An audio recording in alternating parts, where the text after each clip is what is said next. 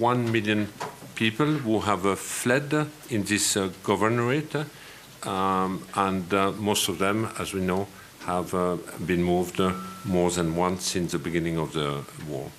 Rafah has quadrupled its number of people overnight, and especially when the offensive in the south has started. It traditionally has been a place where the poorest of the Gaza Strip used to live, and basically it's a place which lacks infrastructure and all the basic.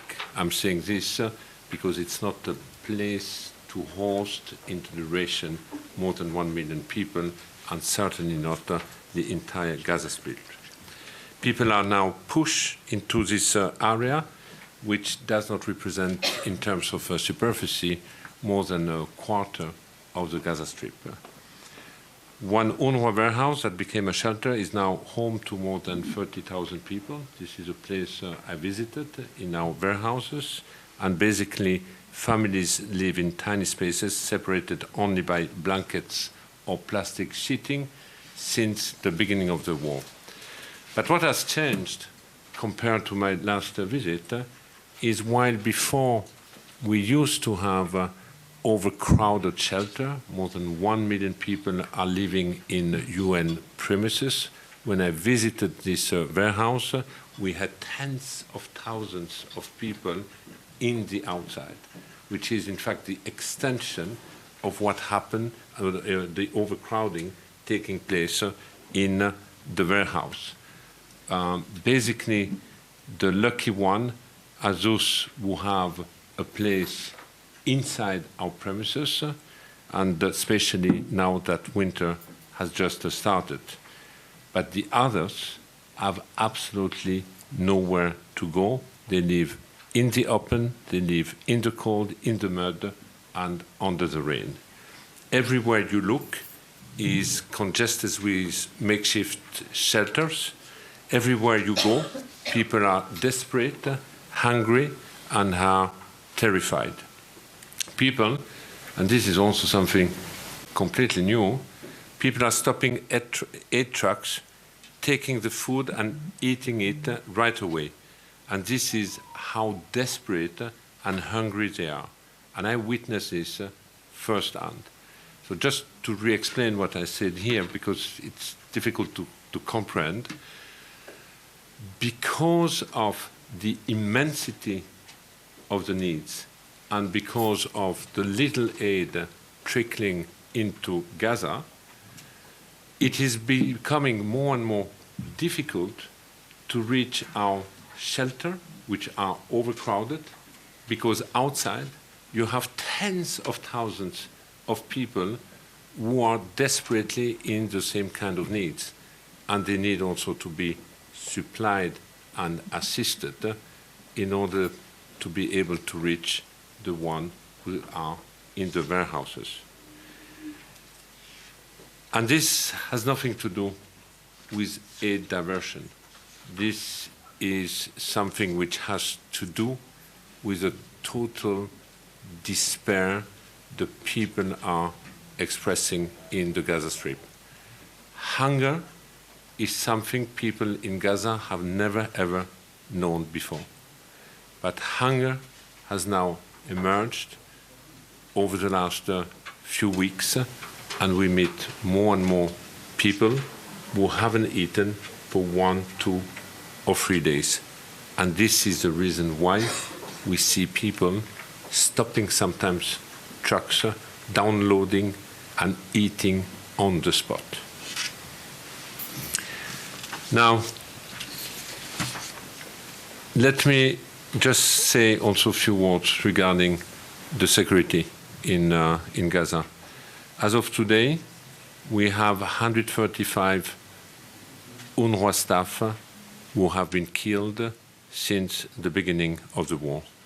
And you heard me many times, no place has been spared, not even the places which normally should be protected by the law of war. I was absolutely horrified yesterday when I saw a video circulating of an UNRWA school being blown up in northern Gaza. School, medical and UN facilities are not and should never ever be a target. Unfortunately, in Gaza, they have quite often become just that. We have, since the beginning of the war, recorded, when it comes to United Nations premises, about 150 situations where our premises have been hit or directly or indirectly, and this has led to the killing of more than 270 people and the injuries of more than 1,000. And some of the survivors in these places have just no choice but to stay in this shelter despite the fact that they have been hit. Why? Just because, again, there is absolutely nowhere to go in the Gaza Strip. And let me also remind that as far as the UN is concerned, we keep sharing the coordinate of all the locations with all the parties of the conflict, both the Israeli army, but also the de facto in Gaza. Now, let me also highlight that people there believe that their life are not equal to other life, and they have the feeling that in reality human rights or international humanitarian law does not really apply to them. There is a deep, deep sense and feeling of betrayal. There is a sense, a feeling that people have been abandoned by the international community. But in reality, like anyone else in Gaza, people just long for safety and stability.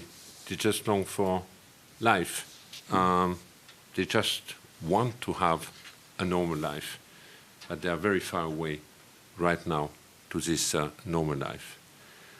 What continues to shock me is the ever-increasing level of dehumanization, the lack of empathy and humanity, the fact that people can laugh, cheer, and mock any type of wrongdoing that we observe in this war. When in fact, what is happening in Gaza should outrage anyone, should make us all rethink our values. I think this is also a make or break moment for all of us and for our shared humanity. Since we are here with you, colleagues, members of the media, let me thank you and your colleague in the region and beyond for covering what the people of Gaza are going through. But not only the people of Gaza, I mean anyone in the region, because it's really impacting anyone and beyond. As you all know, this war is also fought on TV screen and on social media. It's also a media war. I'm horrified at the smear campaign that target Palestinians and those who provide aid to them. And on that, I'm asking you to help us push back against misinformation and inaccuracies. I know that some of you are constantly doing fact-checking, but fact-checking is absolutely key if we want accurate information. Just always make sure to verify and debunk repeated and sometimes vulgar accusation. And as Commissioner General of UNRWA, I have experienced this more than once since our agency is also one of the targets of this war. Before I close, let me also share the latest on the situation in the West Bank, where we are also recording, and we should not forget, the highest level of violence in nearly 2 decades since the Second Intifada, with record high fatalities, injuries, arrests, basically there is no single day without an incursion, a security operation leading to the killing of Palestinians. Fear among the residents in the West Bank is also growing, and we start to observe some displacement of Palestinians. Significant and increasing settler violence, including the use of firearms, is also spreading. We all know that a lot of arms now have been distributed in the West Bank. But also, and here we have a perfect storm in the making, economically and financially. The economy is collapsing. Palestinians are not working in Israel anymore. Israeli Arabs are not doing shopping anymore in the West Bank. There is no real movement anymore from one city to the other one out of fear. And we also know that the Palestinian authorities have difficulties to pay salary. This is economically a perfect storm in the making in the West Bank. So maybe let me just end with the three asks I shared also yesterday when I addressed the plenary of the Global Refugee Forum. First, the humanitarian ceasefire. I welcome the decision or the support of 153 member states at the General Assembly.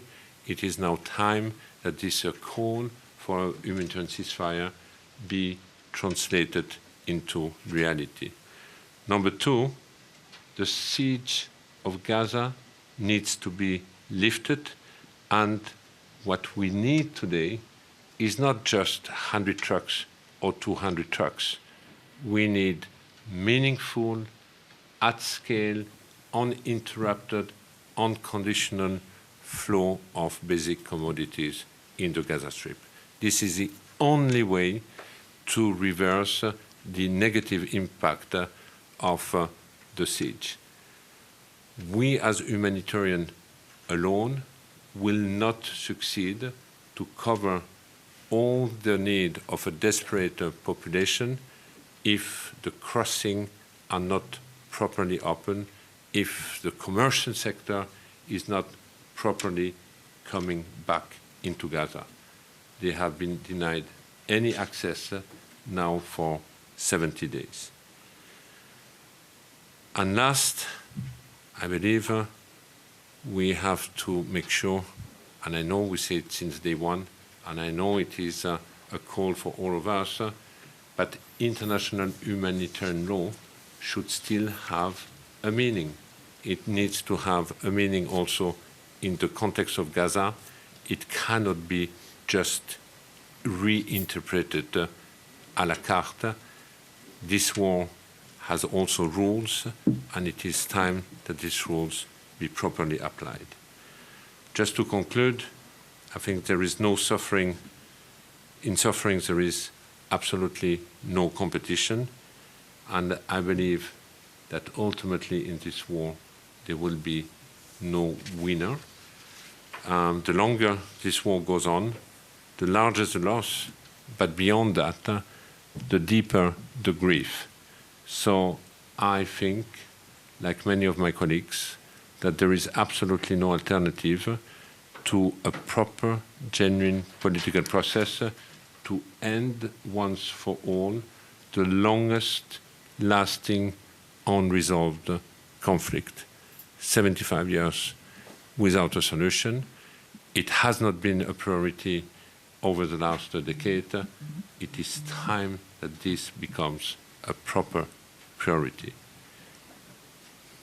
To end, Israeli and Palestinian deserve statehood, peace and stability.